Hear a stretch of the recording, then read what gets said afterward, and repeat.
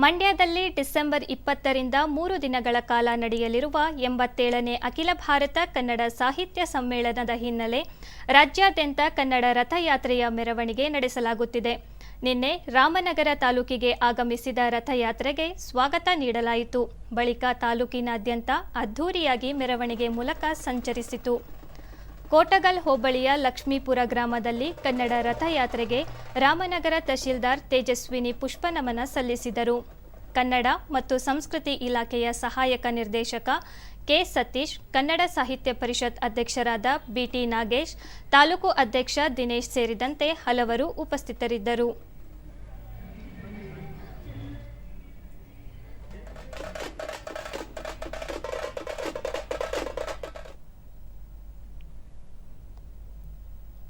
ದೂರದರ್ಶನದೊಂದಿಗೆ ತಹಶೀಲ್ದಾರ್ ತೇಜಸ್ವಿನಿ ರಾಮನಗರ ತಾಲೂಕಿನಾದ್ಯಂತ ರಥಯಾತ್ರೆಯ ಮೆರವಣಿಗೆ ನಡೆಸಿ ಹಾರೋಹಳ್ಳಿಗೆ ಬೀಳ್ಕೊಡಲಾಗಿದೆ ಎಂದು ತಿಳಿಸಿದರು.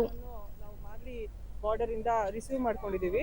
ಈಗ ಲಕ್ಷ್ಮೀಪುರದಿಂದ ನಮಗೆ ಈಗ ರಾಮನಗರ ತಾಲೂಕಾದ್ಯಂತ ವಿಜೃಂಭಣೆಯಾಗಿ ನಾವು ಮೆರವಣಿಗೆ ಮಾಡಿ ನಾವು ಹಾರೋಹಳ್ಳಿ ತಾಲೂಕಿಗೆ ಇವತ್ತು ನಾವು ಹಸ್ತಾಂತರ ಮಾಡ್ತೇವೆ.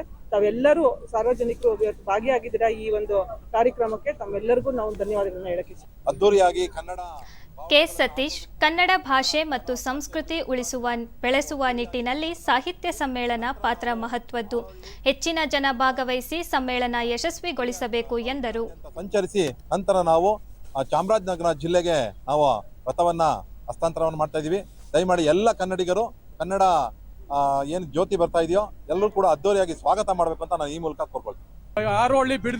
ಬಿಟಿ ನಾಗೇಶ್, 87ನೇ ಕನ್ನಡ ಸಾಹಿತ್ಯ ಸಮ್ಮೇಳನದಲ್ಲಿ ಹೆಚ್ಚಿನ ಜನ ಭಾಗವಹಿಸುವಂತೆ ಪ್ರೇರೇಪಿಸುವ ಉದ್ದೇಶದಿಂದ ರಾಜ್ಯದಾದ್ಯಂತ ಮೆರವಣಿಗೆ ನಡೆಸಲಾಗುತ್ತಿದೆ.